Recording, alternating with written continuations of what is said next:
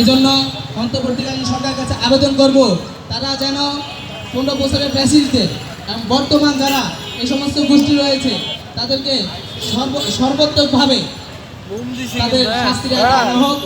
এবং এই পাশাপাশি বলতে চাই, দেশে বিভিন্ন জায়গায় চাঁদাবাজি বেড়ে গেছে, বিভিন্ন জায়গায় রাহাজানি বেড়ে গেছে, মানুষ চিন্তায় বেড়ে গেছে, শুধু এক জায়গায় না পুরো দেশে।